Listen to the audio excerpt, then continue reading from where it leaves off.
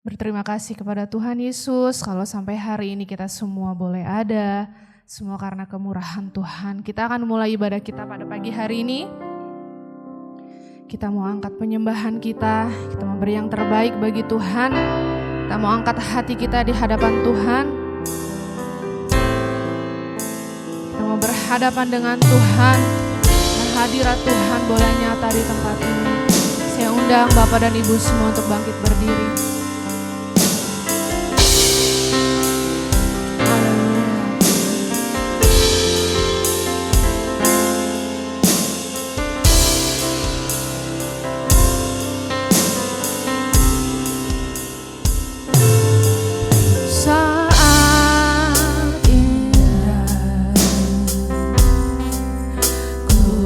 Berhadapan denganmu.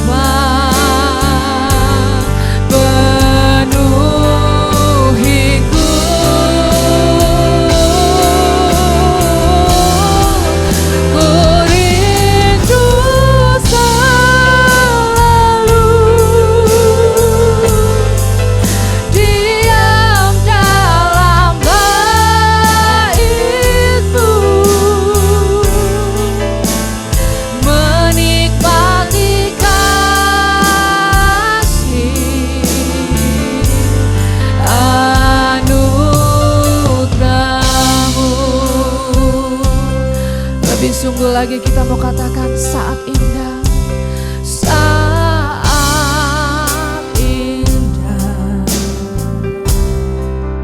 ku berhadapan denganmu, memandangmu Tuhan, memandang wajahmu, Yesus kekasih jiwaku. Haleluya. Tuhan bawa kami Tuhan untuk lebih lagi menikmati-Mu. Bawa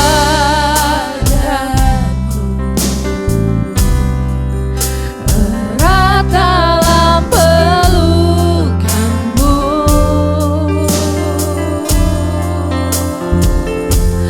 menikmati kasih dan indahnya hadirat-Mu. Kita mau katakan hadirat-Mu Tuhan, hadirat-Mu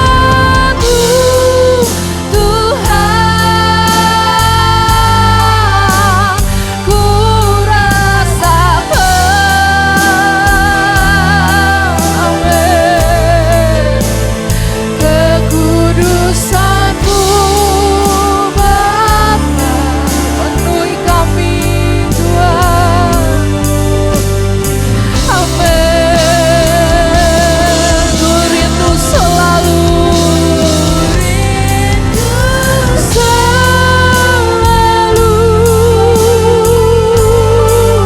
diam dalam bait-Mu, menikmati kasih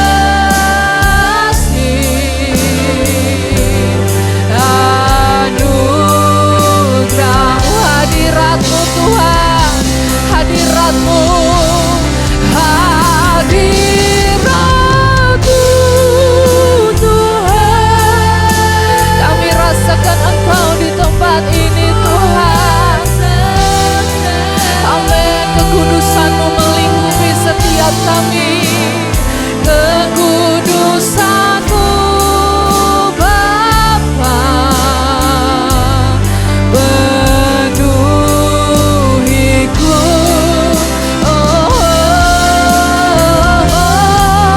ku rindu selalu, diam dalam bait-Mu, menikmati kasih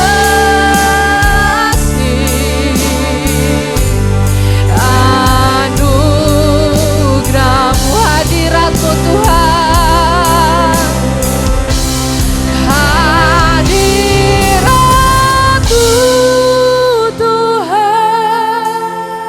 Dengan kelembutan-Mu Tuhan menyentuh setiap hati kami, hadirat Tuhan boleh kami rasakan. Haleluya. Kekudusan-Mu Bapa,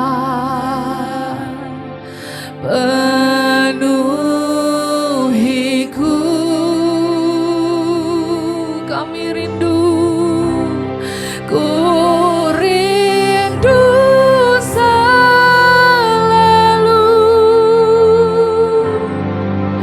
diam dalam bait-Mu, menikmati kasih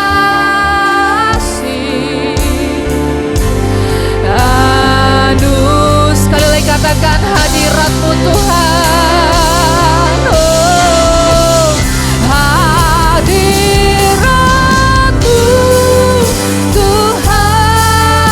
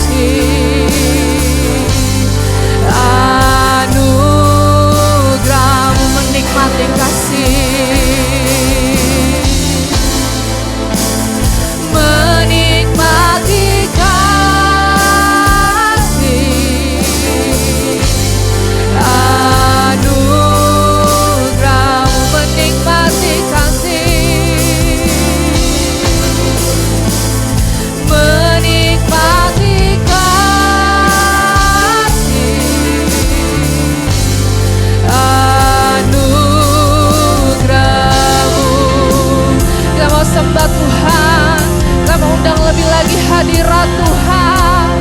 Boleh ada Tuhan hadirat-Mu. Haleluya. Haleluya.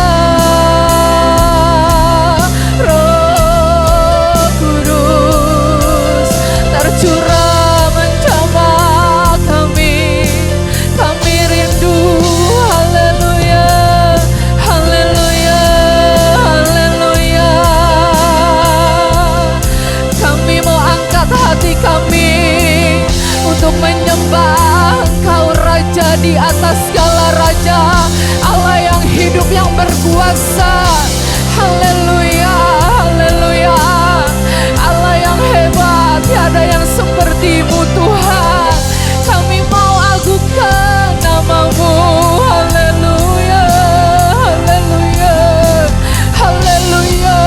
Hadirlah Roh-Mu Tuhan. Haleluya, haleluya, haleluya, haleluya, haleluya. Yesus, haleluya, Yesus,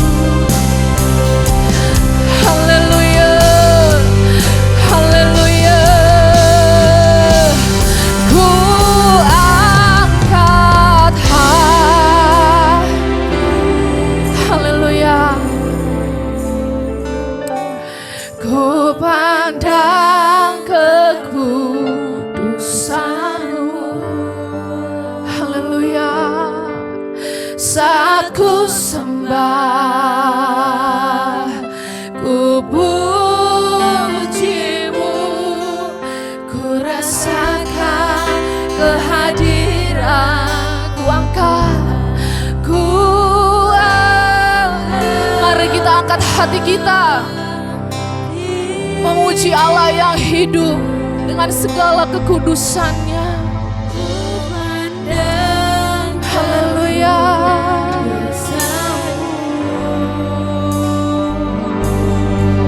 Saat ku sembah, ku puji-Mu, oh ku rasakan.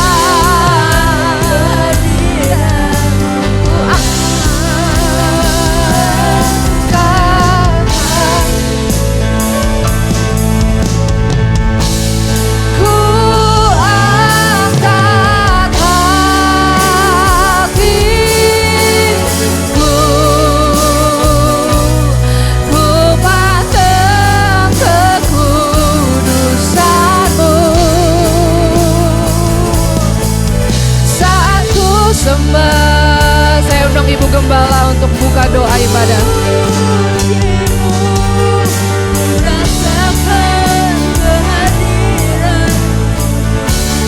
Haleluya. Ku rasakan kehadiran-Mu Tuhan. Ku rasakan kehadiran-Mu Tuhan. Glory, haleluya, haleluya. Bapa dalam surga, Bapa yang kami puji dan sembah di dalam nama Tuhan Yesus. Pada saat ini kami mengangkat hati kami untuk memuji dan membesarkan Engkau, sebab Engkau sudah melakukan perkara yang ajaib, perkara yang besar, perkara yang luar biasa di dalam kehidupan kami. Kami tidak dapat membalas semua apa yang Tuhan beri bagi kami, tapi pagi ini kami mau beri hati kami kepadamu Tuhan, untuk memuliakan dan membesarkan nama Tuhan. Kiranya Roh Kudus hadir di tengah kami, mengurapi setiap pelayan-pelayan-Mu, mulai dari song leader, singer, pemain musik, sampai pada tamborin dan hamba-Mu yang Kau sudah persiapkan untuk melayani dengan kebenaran firman Allah. Biar semuanya dalam urapan Tuhan, dan biar urapan itu mengalir di dalam jemaat Tuhan, sehingga yang datang dengan keadaan lemah dia kembali dengan kekuatan baru, yang datang dalam keadaan sakit kembali dengan kesembuhan ilahi, bahkan yang dalam keadaan susah dia kembali dengan satu penghiburan daripada kuasa Roh Kudus. Terima kasih buat buat kehadiran-Mu Bapa pagi hari ini. Kami serahkan ibadah ini dari permulaan, pertengahan sampai akhirnya dalam tangan kasih Tuhan. Kami buka di dalam satu nama yang ajaib dan berkuasa, yaitu di dalam nama Tuhan Yesus Kristus. Haleluya. Amin. Puji Tuhan.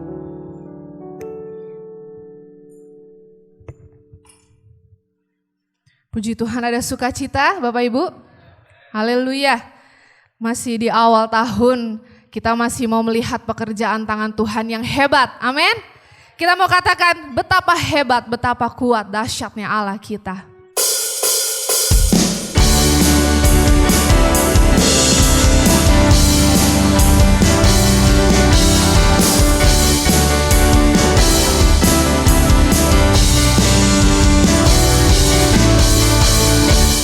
Berkuasa di bumi di surga, bertata dalam kemuliaan. Dialah Tuhan Allah kita, namanya berkuasa, membela kita kan dari awal. Berkuasa. Saya undang Bapak Ibu untuk bangkit berdiri. Amin.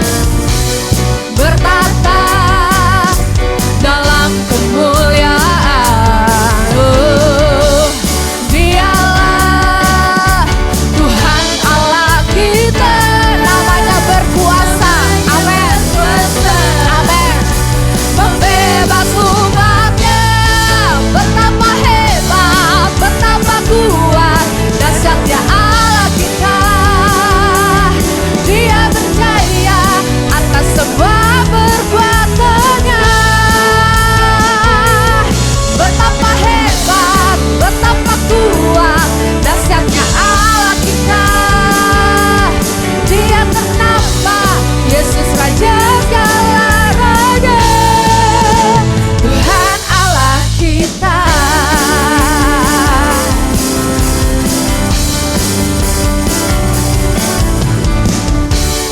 Berkuasa di bumi di surga, bertata dalam kemuliaan. Dialah Tuhan Allah kita, namanya berkuasa, membebas umatnya. Betapa hebat, betapa kuat, dahsyatnya Allah kita. Dia percaya atas semua perbuatannya. Betapa hebat, betapa kuat, dahsyatnya Allah kita. Dia ternama, Yesus Raja, betapa hebat. Jemaat saja yang bernyanyi, betapa hebat, betapa kuat. Amin. Allah kita yang luar biasa. Dia percaya atas semua perbuatannya. Betapa hebat, betapa kuat, dahsyatnya Allah kita. Dia ternama, Yesus Rajanya. Ada lagi katakan betapa hebat, betapa hebat, betapa kuat, dahsyatnya Allah kita. Dia percaya atas semua perbuatannya. Betapa hebat, betapa kuat, dahsyatnya Allah kita. Dia ternama, Yesus Raja segala raja, Tuhan Allah kita. Tuhan Allah kita.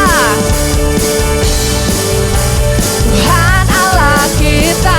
Sekali lagi katakan Tuhan Allah kita. Tuhan Allah kita. Haleluya, amin. Puji Tuhan. Kita persilakan untuk duduk. Kita mau katakan, Tuhan, Engkau Allah yang terbesar dan termulia.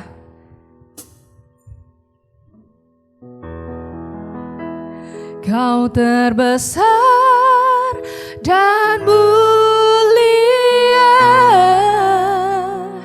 ajaib semua perbuatanmu. Kau terbesar dan mulia, biarlah semua memujimu.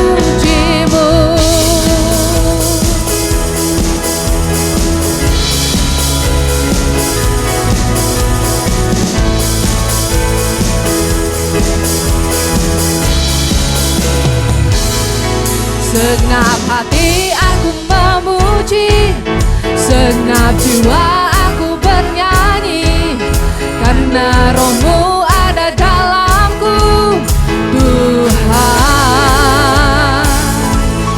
Ku angkat tanganku memuji, ku angkat suara dan bernyanyi, karena Roh-Mu ada dalamku, Tuhan.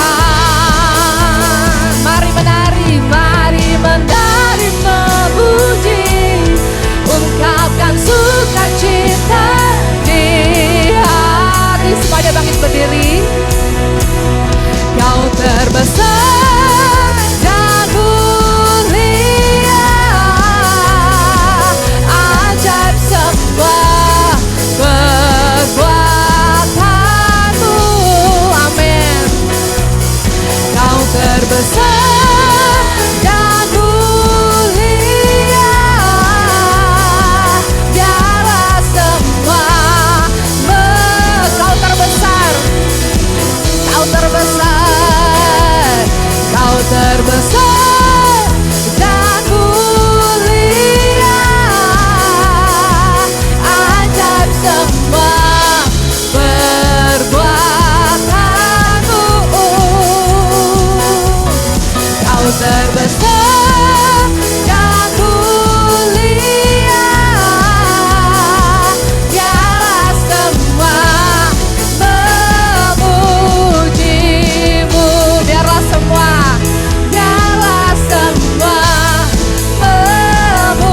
sekali lagi katakan, biarlah semua memujimu, biarlah semua memujimu. Haleluya.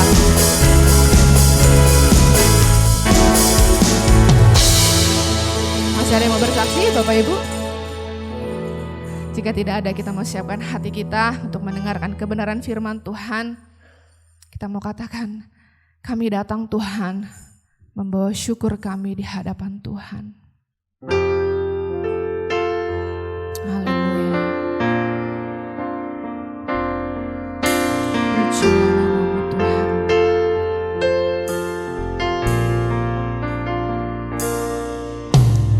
Ku datang dengan syukurku, membawa kerinduanku, Yesus. Ingin ku menyenangkanmu.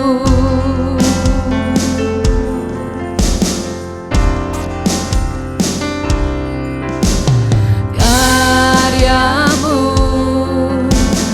indah bagiku, kasih yang menyelamatkanku, Yesus. Inilah persembahanku. Mari kita membawa hati kita. Ku membawa hatiku, hanya Engkau di hidupku, Yesusku. Kau terindah, selamanya ku menyembah.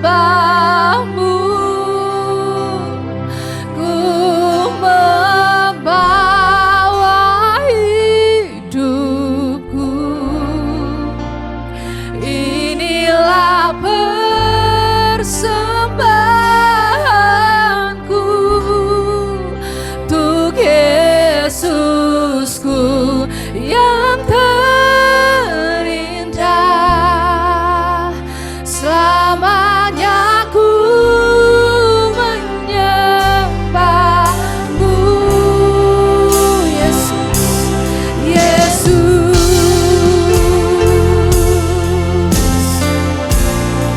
Haleluya, kami datang Tuhan.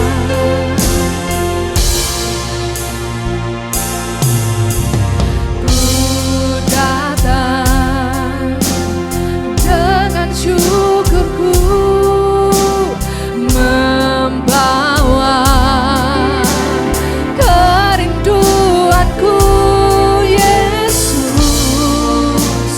Ingin ku menyenangkanmu,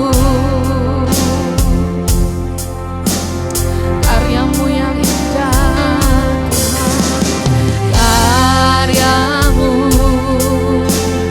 indah bagiku, kasih yang menyelamatkanku, Yesus. Inilah persembahanku, ku membawa hatiku,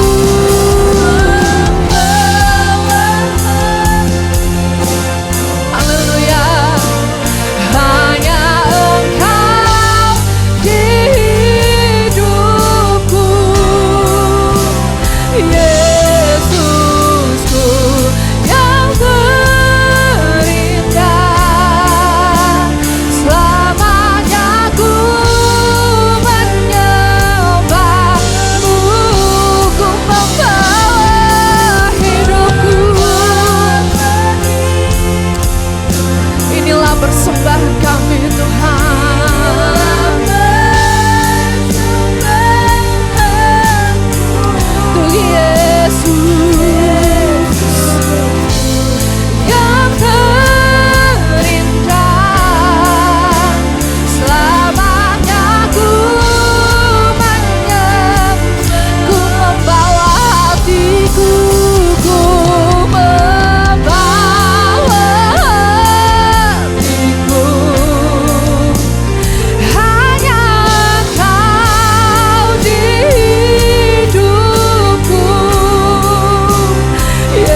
Yesusku, Kau terindah. Selamanya ku menyembah. Kami bawa hidup kami,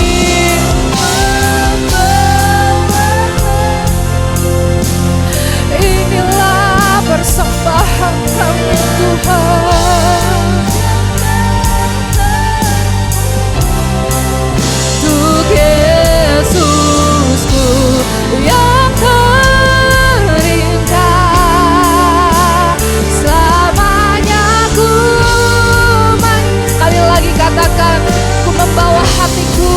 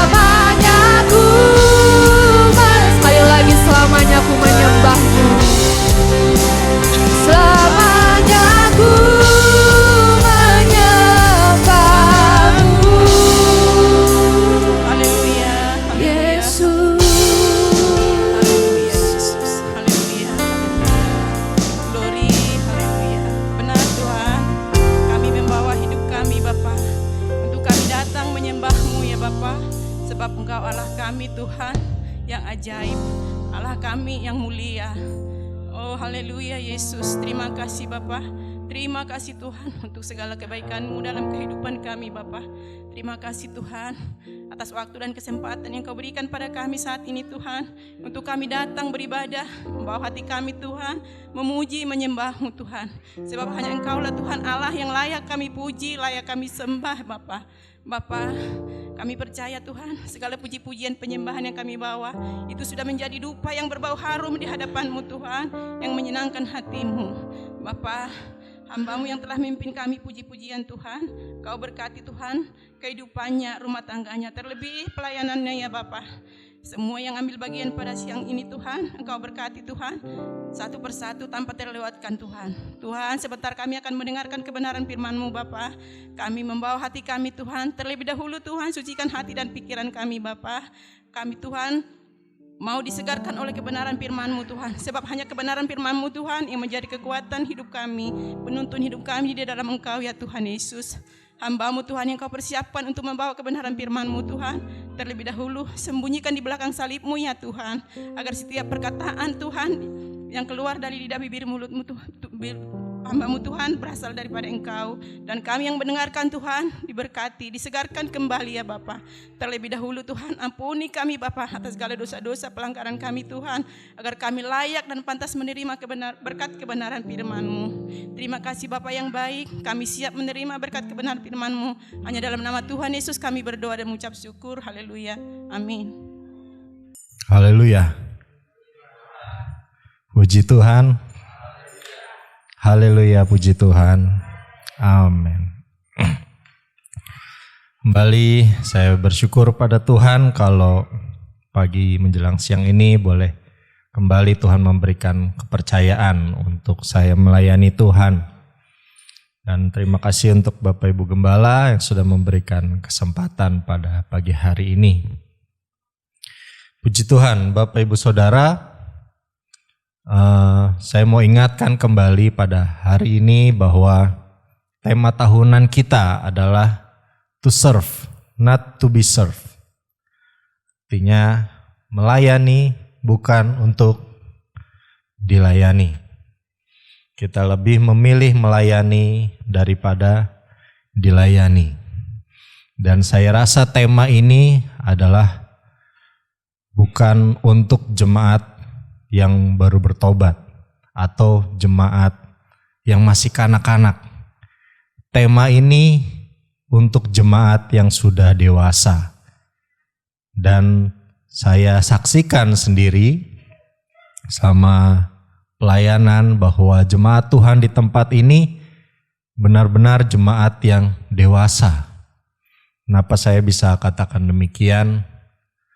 Saudara lihat di depan saya orang pertama yang khotbah dengan tampilan yang baru, Bapak Ibu Saudara, dengan tampilan yang baru. Saya mau katakan bahwa orang yang masih kanak-kanak rohani, yang hanya selalu ingin dilayani, tidak mungkin ada kepikiran untuk mengubah tata cara, mengubah bentuk tampilan depan. Tidak mungkin mereka ada kepikiran untuk bagaimana ya biar suasana ibadah lebih ngangkat, atau bagaimana ya apa yang bisa saya bantu untuk pekerjaan Tuhan. Untuk jemaat Tuhan yang masih kanak-kanak, tidak mungkin ada kepikiran seperti itu. Tetapi jemaat Tuhan yang sudah dewasa, dia akan berpikir apa yang bisa saya perbuat.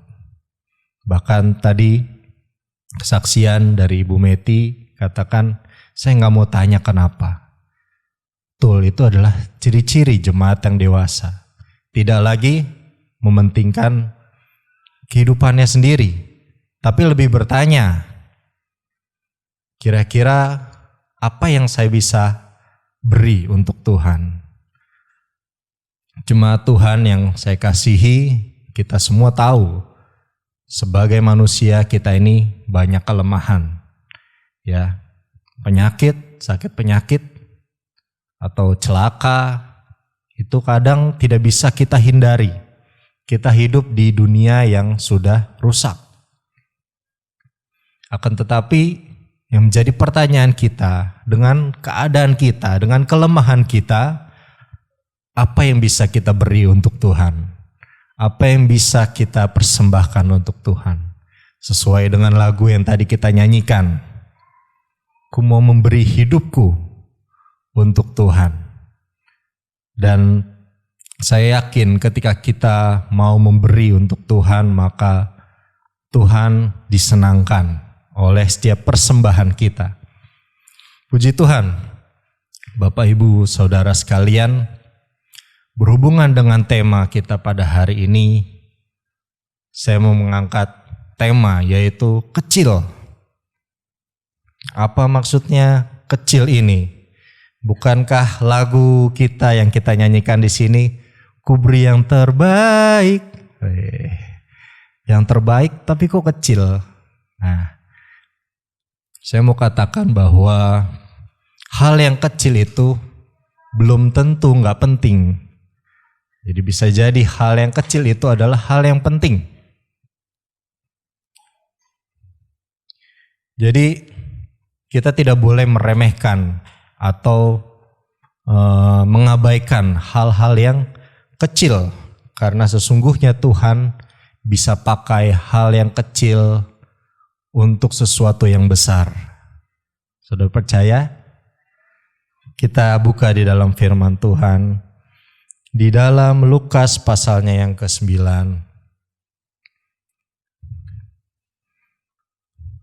Lukas pasalnya yang ke-9, kita baca ayatnya yang ke-12 sampai yang ke-13. Saya rasa kisah ini sudah tidak asing bagi kita ya. Lukas pasalnya yang ke-9 ayatnya yang ke-12 sampai 13 saya bacakan untuk kita semua. Pada waktu hari mulai malam, datanglah ke-12 muridnya kepadanya dan berkata, "Suruhlah orang banyak itu pergi, supaya mereka pergi ke desa-desa dan kampung-kampung sekitar ini untuk mencari tempat penginapan dan makanan. Karena di sini kita berada di tempat yang sunyi." Ayat 13. Tetapi ia berkata kepada mereka, "Kamu harus memberi mereka makan." Mereka menjawab, "Yang ada pada kami tidak lebih daripada 5 roti dan 2 ikan. Kecuali kalau kami pergi membeli makanan untuk semua orang banyak ini." Bapak Ibu Saudara, perkataan Yesus ini sangat mengejutkan hati murid-murid. Ketika murid-murid sampaikan, hari sebentar lagi sudah mau malam. Dan mereka sudah mengikuti kita. Di dalam kitab yang lain bahkan dikatakan 3 hari mereka mengikuti kita dan mereka belum makan, belum minum. Dan mereka belum makan, belum minumnya nggak disebut. Mereka belum makan. Bagaimana kita mau kasih mereka makan? Udah suruh mereka pulang aja. Tetapi jawaban Yesus mengejutkan hati murid-murid. Yesus katakan, "Kamu yang harus kasih makan." Saya nggak bisa kebayang, Bapak Ibu Saudara, bagaimana keadaannya saat itu. Gimana kalau saya jadi murid-murid? Kamu yang harus kasih makan mereka. 5.000 orang. Masa Tuhan gak tahu saya gak punya kemampuan untuk itu. Saya gak punya kapasitas untuk itu. Untuk memberi makan 5.000 orang. Kenapa Tuhan suruh murid-murid yang memberi makan? Lalu di dalam Yohanes pasalnya yang ke-6. Yohanes pasalnya yang ke-6. Dengan cerita yang sama, Bapak Ibu. Cerita yang sama, mungkin saya bacakan dari ayat yang pertama. Sesudah itu Yesus berangkat ke seberang danau Galilea, yaitu danau Tiberias. Orang banyak berbondong-bondong mengikuti dia karena mereka melihat mujizat-mujizat penyembuhan yang diadakannya terhadap orang-orang sakit. Dan Yesus naik ke atas gunung dan duduk di situ dengan murid-muridnya. Dan Paskah, hari raya orang Yahudi, sudah dekat. Ketika Yesus memandang sekelilingnya dan melihat bahwa orang banyak berbondong-bondong datang kepadanya, berkatalah ia kepada Filipus, "Di manakah kita akan membeli roti supaya mereka ini dapat makan?" Hal itu dikatakannya untuk mencobai dia, sebab ia sendiri tahu apa yang hendak dilakukannya. Jawab Filipus kepadanya, "Roti seharga 200 dinar tidak akan cukup untuk mereka ini, sekalipun masing-masing mendapat sepotong kecil saja." Seorang dari murid-muridnya, yaitu Andreas, saudara Simon Petrus, berkata kepadanya, "Di sini ada seorang anak yang mempunyai 5 roti jelai dan 2 ikan. Tetapi apakah artinya itu untuk orang sebanyak ini?" Boleh kembali ke slide.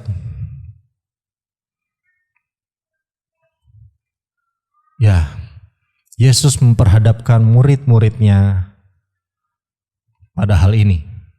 Saya berikan judul 12 lebih besar dari 5.000. 12 murid-murid Yesus harus memberi makan 5.000 orang. Nah, dalam Lukas yang tadi kita sudah baca dan Yohanes, lalu sebenarnya Yesus ingin mengajar murid-murid bahwa murid-murid tidak punya kemampuan untuk memenuhi kebutuhan orang banyak.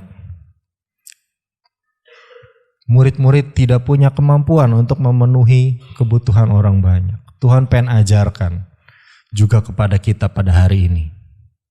Bapak Ibu Saudara, bagaimanapun kita berusaha, kita tidak punya kemampuan untuk memenuhi kebutuhan orang banyak.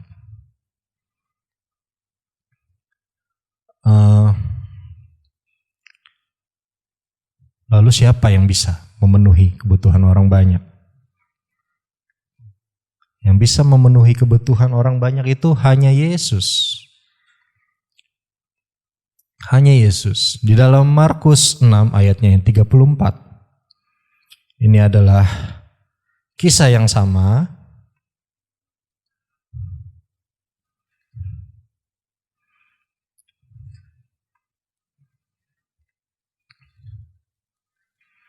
Markus pasalnya yang ke-6 ayatnya yang ke-34 berkata demikian firman Tuhan. Ketika Yesus mendarat, ia melihat sejumlah besar orang banyak, maka tergeraklah hatinya oleh belas kasihan kepada mereka, karena mereka seperti domba yang tidak mempunyai gembala. Lalu mulailah ia mengajarkan banyak hal kepada mereka. Bapak Ibu Saudara, ini adalah kisah yang sama.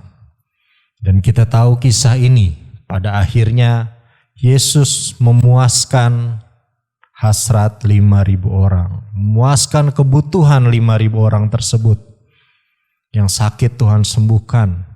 Yang haus Tuhan berikan firman Tuhan. Dan yang lapar Tuhan berikan makan. Bapak Ibu Saudara, kita tidak mampu memberi makan. Kita tidak mampu memuaskan apa yang menjadi kebutuhan orang banyak. Mungkin saat ini Tuhan memperhadapkan kita dengan jiwa-jiwa yang bahkan kita tidak tahu apa kebutuhan mereka masing-masing. Saudara, menjadi seorang hamba Tuhan, berdiri di depan di sini, terus terang saya tidak tahu apa yang menjadi masalah Bapak Ibu Saudara masing-masing.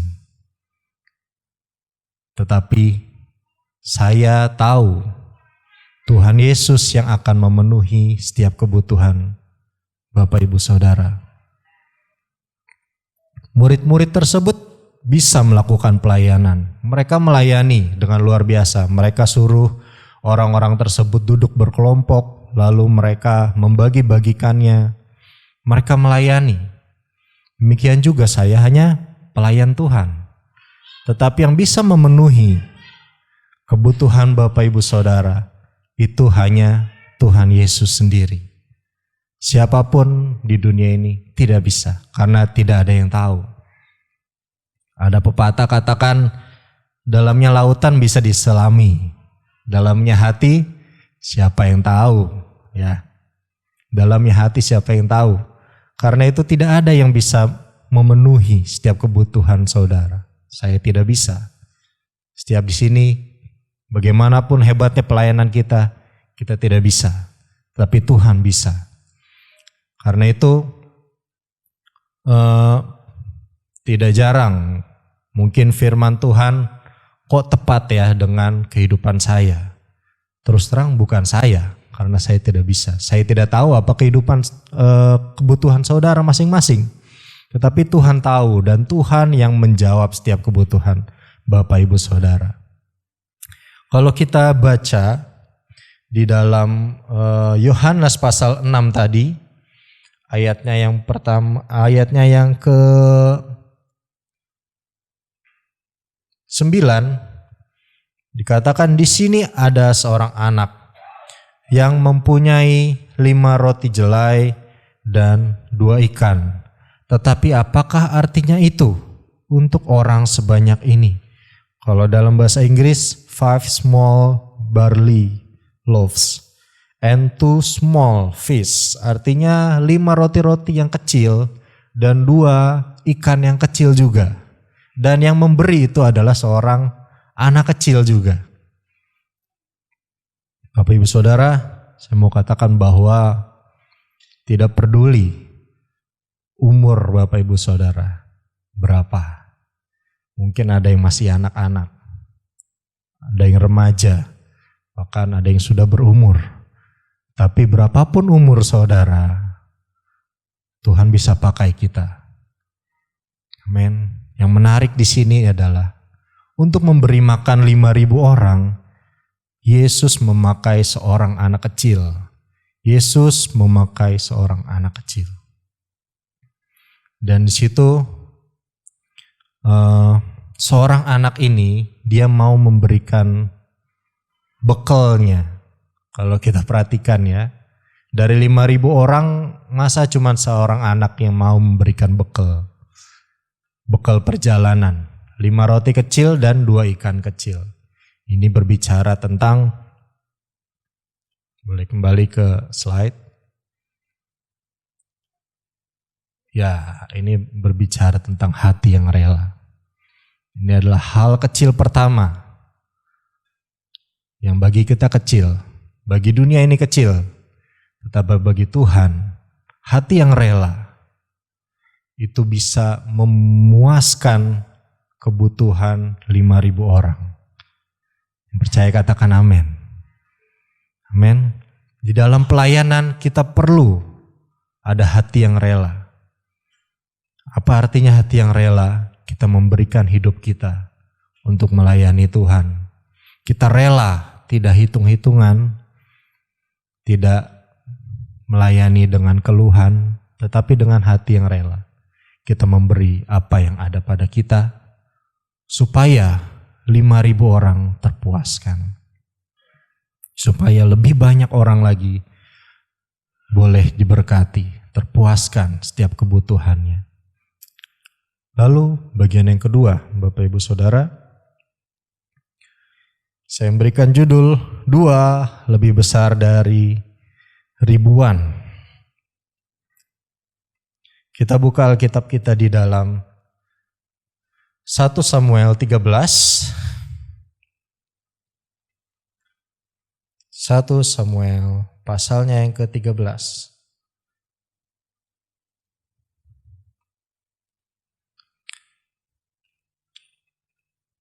Kita buka ayatnya yang ke-5.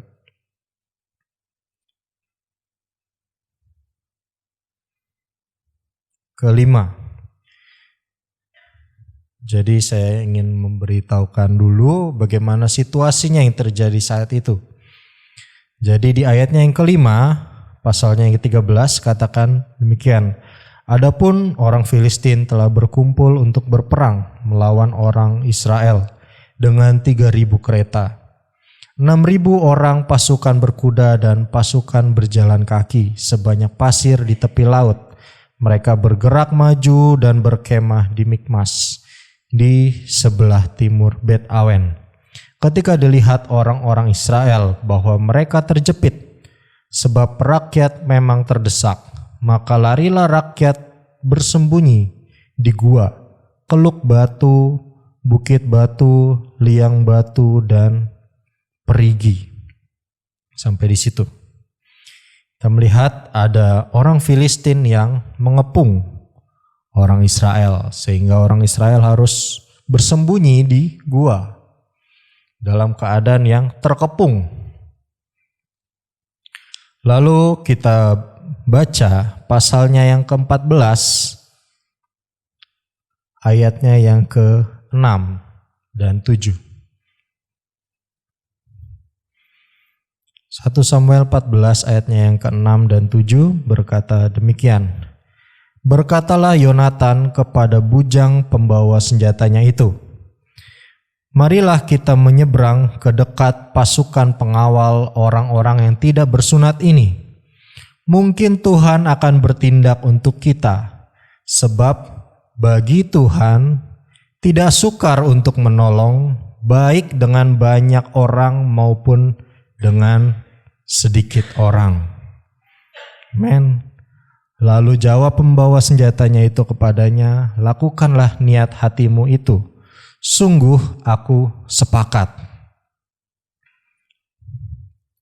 Lalu kita buka lagi di ayatnya yang ke-20 sampai 23. Firman Tuhan berkata demikian. Kemudian berkumpullah Saul dan seluruh rakyat yang bersama-sama dengan dia itu. Dan ketika mereka sampai ke tempat pertempuran, tampaklah setiap orang menikam temannya dengan pedang. Suatu huru-hara yang sangat besar.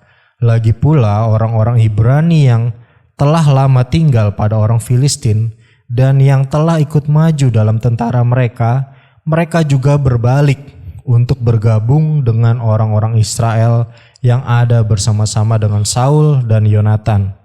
Bahkan ketika semua orang Israel yang telah bersembunyi di pegunungan Efraim mendengar bahwa orang Filistin telah lari, orang-orang itu pun bergabung dengan mereka dalam pertempuran. Demikianlah Tuhan menyelamatkan orang Israel pada hari itu. Pertempuran itu meluas sampai lewat Bet Awen. Puji Tuhan. Kembali ke slide, langsung saja. Andre setelah Firman langsung kembali ke slide. Firman kembali ke slide. Oke. Sini ada kata-kata yang saya garis bawahi. Sebab bagi Tuhan tidak sukar untuk menolong, baik dengan banyak orang maupun sedikit orang. Amin. Ini adalah perkataan Yonatan. Menurut saya kejadian ini sangat luar biasa. Bagaimana Yonatan dengan berani mau maju dengan 2 orang saja, Yonatan dan pembawa senjatanya. Yonatan dan pembawa senjatanya. Dan Bapak Ibu Saudara, kalau kita lihat bahkan di dalam ayatnya yang ke-14 dikatakan kekalahan yang pertama ini yang ditimbulkan Yonatan dan pembawa senjatanya itu besarnya kira-kira 20 orang dalam jarak kira-kira setengah alur dari sepembajakan ladang. Lalu timbullah kegentaran di perkemahan, di padang dan di antara seluruh rakyat. Juga pasukan pengawal dan penjara-penjara itu gentar, dan bumi gemetar sehingga menjadi kegentaran yang dari Allah. Kalau kita membaca tindakan Yonatan dan seorang pembawa senjata ini mungkin terdengar nekat, ya. 2 melawan ribuan orang, bahkan kita melihat Firman Tuhan katakan seperti pasir banyaknya mereka. 6.000 orang berkuda dan ribuan pejalan, seorang pejalan gitu, tentara prajurit. Dan mereka bisa dikalahkan dimulai dari 2 orang saja, Yonatan dan pembawa senjatanya. Di sini kita melihat Yonatan 2 orang dan pembawa senjatanya bisa mengalahkan 20 orang. Tapi dari 20 itu semuanya mengakibatkan kegentaran dan gemuruh di antara orang Filistin. Sampai mereka saling menikam satu dengan yang lain. Bahkan yang tadinya adalah teman berubah menjadi musuh. Mereka jadi saling menikam. Dan akhirnya Israel menang. Secara manusia ini tidak mungkin, Bapak Ibu Saudara. 2 orang melawan ribuan. Lalu apa hubungannya dengan pelayanan kita? Saat ini saya mau katakan bahwa iblis itu bekerja dengan cara-cara yang luar biasa. Dengan banyak cara. Dan seperti khotbah di minggu lalu, kita tahu bahwa ada 2 orang yang kerasukan banyak setan. Banyak setan. Sehingga mereka menamakan diri mereka legion. Legion itu adalah pasukan yang banyak. Pasukan tentara yang banyak. Itu legion. Mereka menamakan diri mereka legion. Karena kami sangat banyak. Akhirnya setan itu dibuang ke babi-babi. Kita melihat bahwa iblis itu bekerja ingin mengintimidasi orang-orang percaya. Dan tugas kita adalah melepaskan orang-orang percaya dari intimidasi iblis. Ya, mungkin Tuhan ingatkan saudara kepada keluarga, pada orang terdekat yang masih ada di dalam bayang-bayang iblis, yang masih dikepung oleh iblis. Percayalah, saudara tidak akan kalah. Amin. Saudara tidak akan kalah. Yonatan dan pembawa senjatanya ini berbicara tentang firman dan Roh Kudus. Yonatan saat itu sebagai pelopor, dia katakan, mari kita maju. Ini berbicara tentang firman Tuhan. Dan pembawa senjatanya itu mendukung, setuju. Ya, saya setuju. Ayo kita maju. Firman Tuhan dan Roh Kudus selalu memiliki tujuan yang sama. Dan firman dan Roh Kudus itu mereka saling memperlengkapi satu dengan yang lain. Sehingga ketika mereka bersatu, Bapak Ibu Saudara, bahkan ribuan cara iblis mau menarik anak-anak Tuhan, mereka tidak akan mampu. Karena firman dan Roh Kudus itu mengalahkan segalanya. Dia membuat kegentaran bagi setiap iblis. Kita tahu saat ini begitu banyak caranya iblis ingin menggoyahkan, ingin terus mengintimidasi setiap anak-anak Tuhan melalui tontonan, media sosial, bahkan lagu, melalui apa saja, banyak sekali caranya. Tetapi kita jangan menyerah. Kita punya firman dan Roh Kudus yang harus kita pegang senantiasa, yang harus kita terus pegang. Dan firman dan Roh Kudus itu yang akan membebaskan orang-orang tawanan. Kita tidak bisa membebaskan mereka dengan kemampuan kita. Mereka perlu mendengar firman. Mereka perlu dipimpin oleh Roh Kudus. Karena itu firman dan Roh Kudus ini berperan penting. Meskipun kecil kelihatannya bagi dunia, hanya firman dan Roh Kudus dari dulu Bapak Ibu Saudara, itu tidak nambah saudara, cuman firman dan Roh Kudus.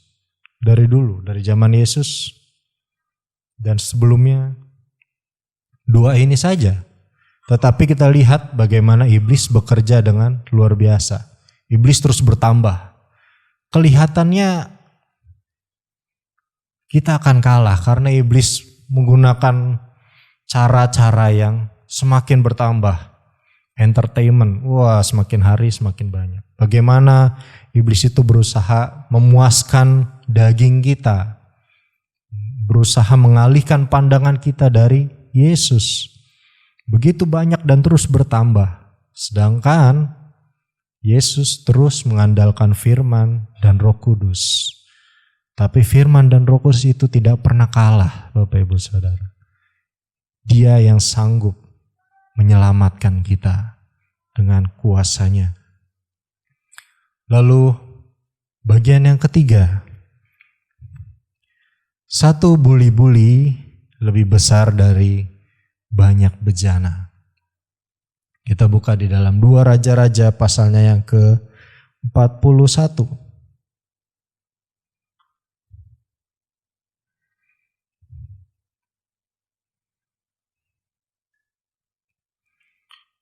Dalam 2 Raja-Raja pasalnya yang keempat, saya mulai baca dari ayatnya yang pertama sampai yang ke-6.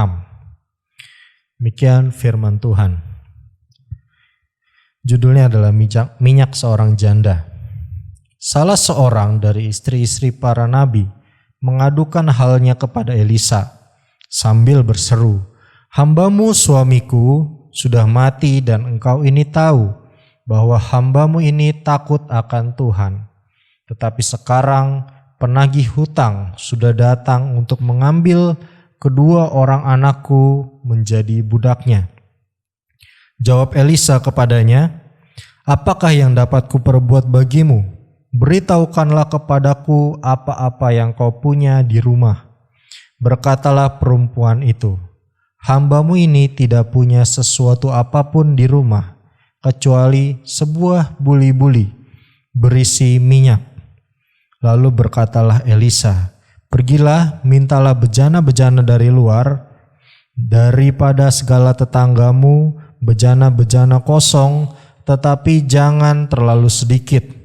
Kemudian masuklah, tutuplah pintu sesudah engkau dan anak-anakmu masuk.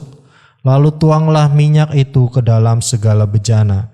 Mana yang penuh, angkatlah. Pergilah perempuan itu daripadanya, ditutuplah pintu sesudah ia dan anak-anaknya masuk, dan anak-anaknya mendekatkan bejana-bejana kepadanya, sehingga ia terus menuang. Ketika bejana-bejana itu sudah penuh, berkatalah perempuan itu kepada anaknya, "Dekatkanlah kepadaku sebuah bejana lagi." Tetapi jawabnya kepada ibunya, "Tidak ada lagi bejana." Lalu berhentilah minyak itu mengalir.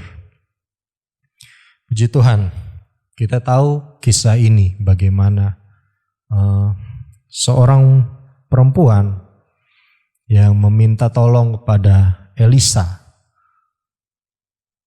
karena ia ditagih oleh penagih hutang dan ia tidak mampu membayar.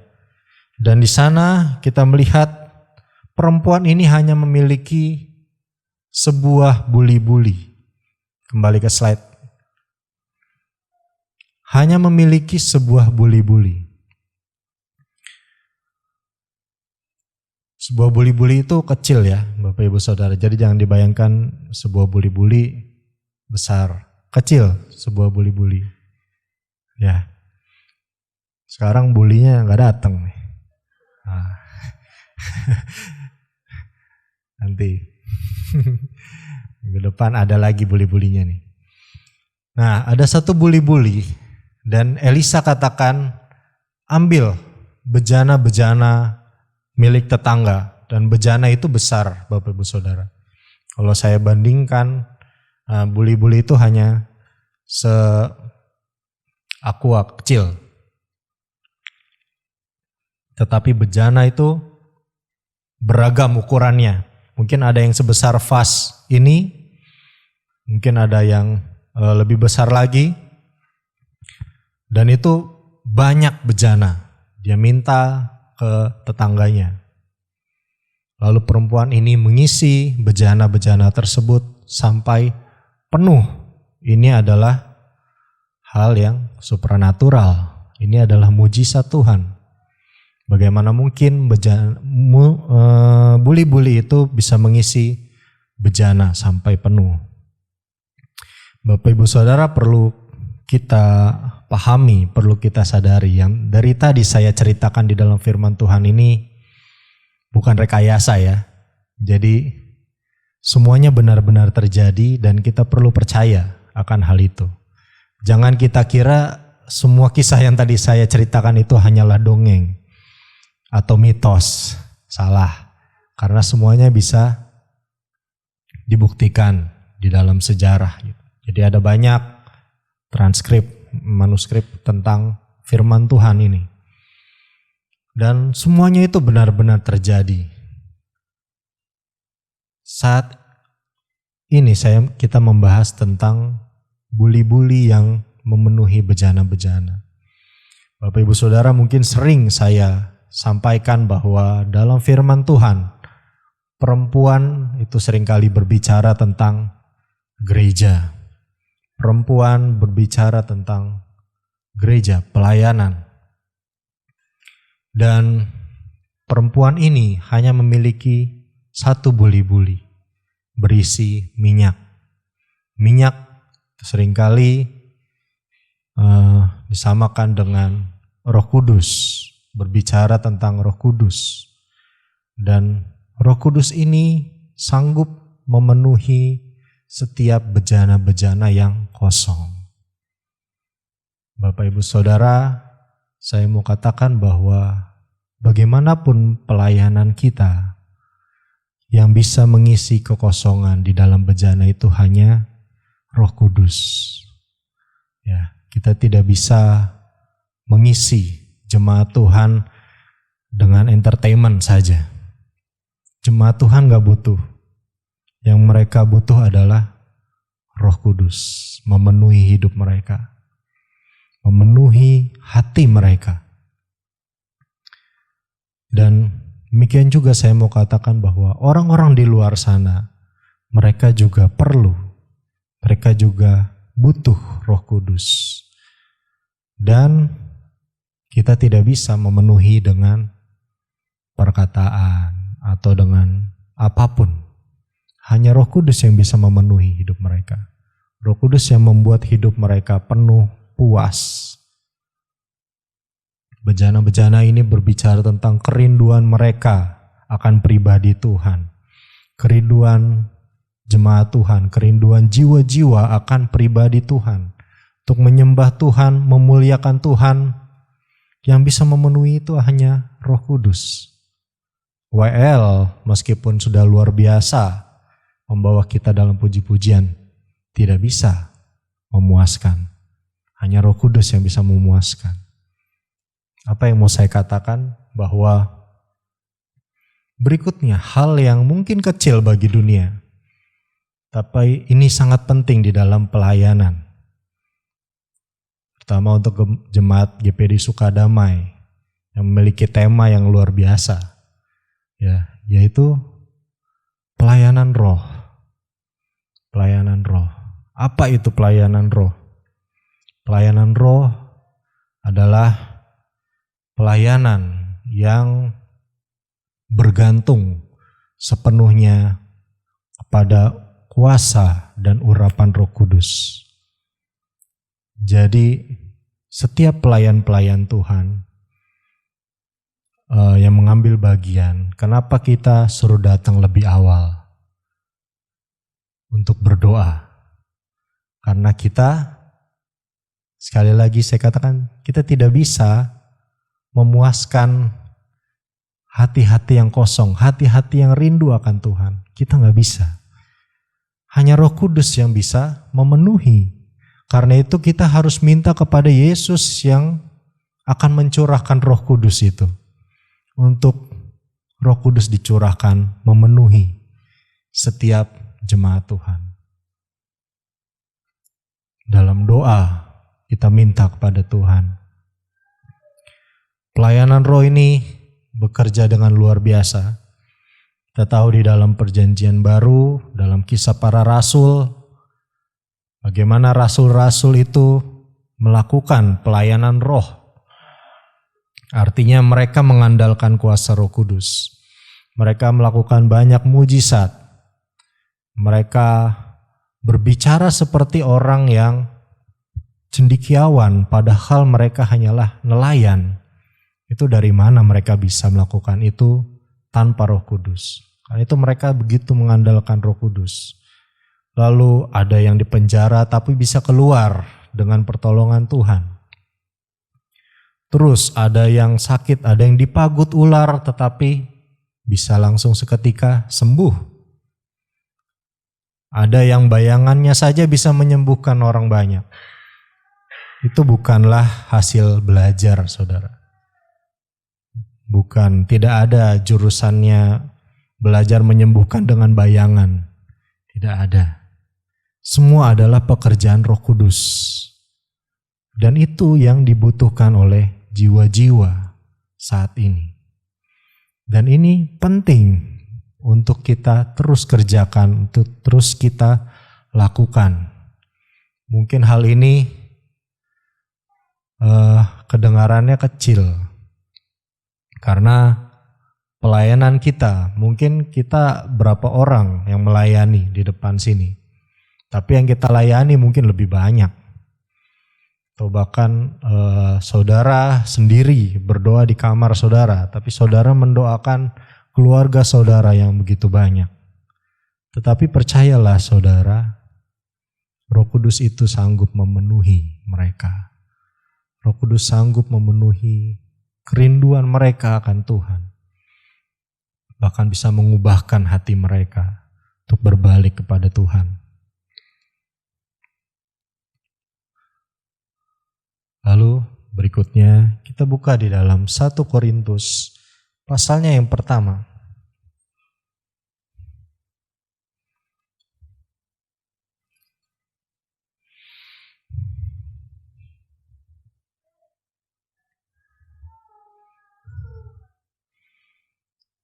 Kita buka di ayatnya yang ke-25 sampai ayatnya yang ke-31. Oke. 1 Korintus pasalnya yang pertama ayat 25 sampai 31. Firman Tuhan berkata demikian. Sebab yang bodoh dari Allah lebih besar hikmatnya daripada manusia, dan yang lemah dari Allah lebih kuat daripada manusia. Ingat saja saudara-saudara, bagaimana keadaan kamu ketika kamu dipanggil. Menurut ukuran manusia, tidak banyak orang yang bijak, tidak banyak orang yang berpengaruh, tidak banyak orang yang terpandang. Artinya begini saudara, kamu ingat ketika kamu dipanggil, kira-kira banyak gak orang berpengaruh atau orang yang bijak menurut ukuran manusia? Mungkin banyak juga, bahkan murid-murid Yesus itu hanya pendidikannya sampai nelayan saja, cuma menjadi nelayan, tidak berpendidikan. Artinya lebih banyak yang tidak berpendidikan daripada yang berpendidikan. Lebih banyak yang tidak bijak daripada yang bijak.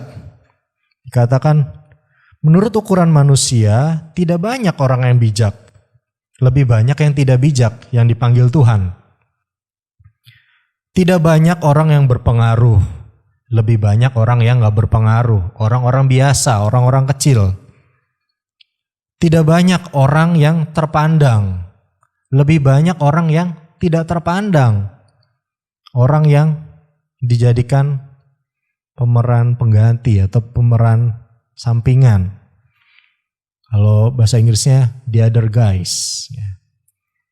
Orang lain yang tidak dipandang. Mereka ini yang dipakai oleh Tuhan. Tetapi apa yang bodoh bagi dunia, dipilih Allah untuk memalukan orang-orang yang berhikmat. Dan apa yang lemah bagi dunia dipilih Allah untuk memalukan apa yang kuat.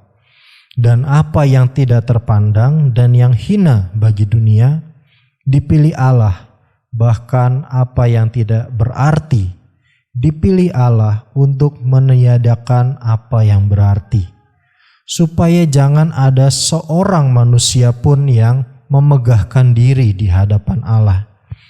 Tetapi oleh Dia kamu berada dalam Kristus Yesus, yang oleh Allah telah menjadi hikmat bagi kita. Ia membenarkan dan menguduskan dan menebus kita. Karena itu seperti ada tertulis, barang siapa yang bermegah, hendaklah ia bermegah di dalam Tuhan. Amin. Firman Tuhan ingatkan kita kembali dari orang-orang yang dipilih Allah.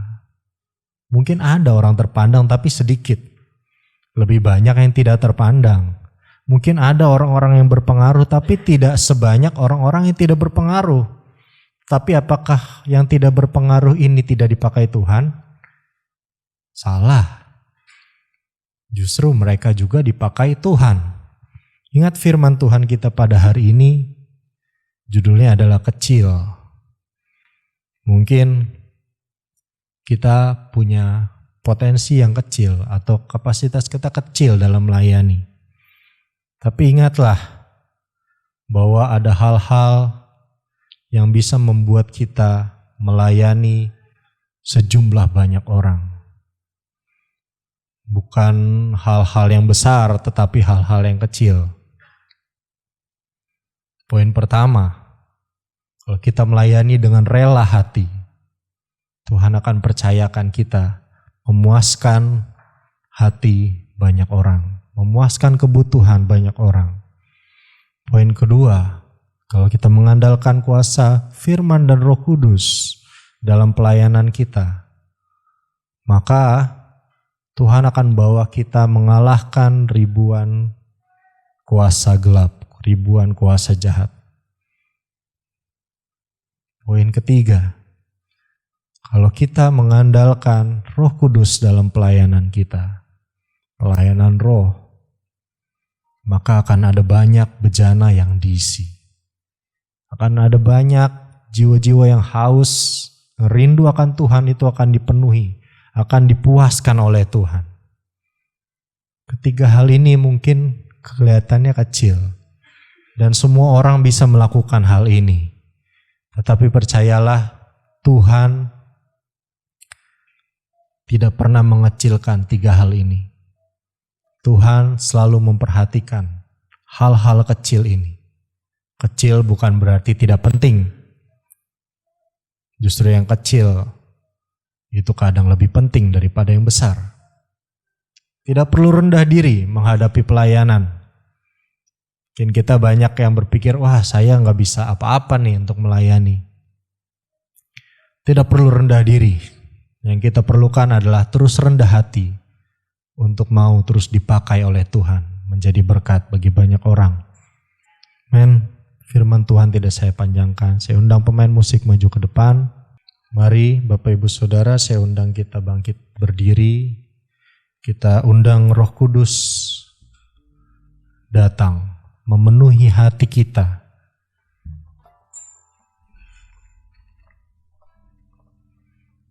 Kita angkat pujian, kami berkumpul Tuhan di hadapan tahta-Mu.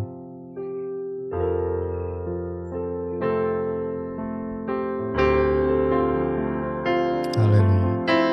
Kita aminkan setiap perkataan dalam pujian ini. Kiranya Allah sungguh memenuhi kita, memakai kita menjadi alat-Nya.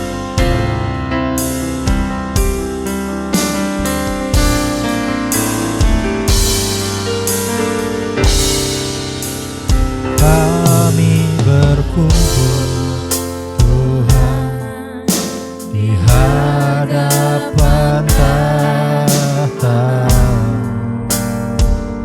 sujud menyembah, sujud menyembah.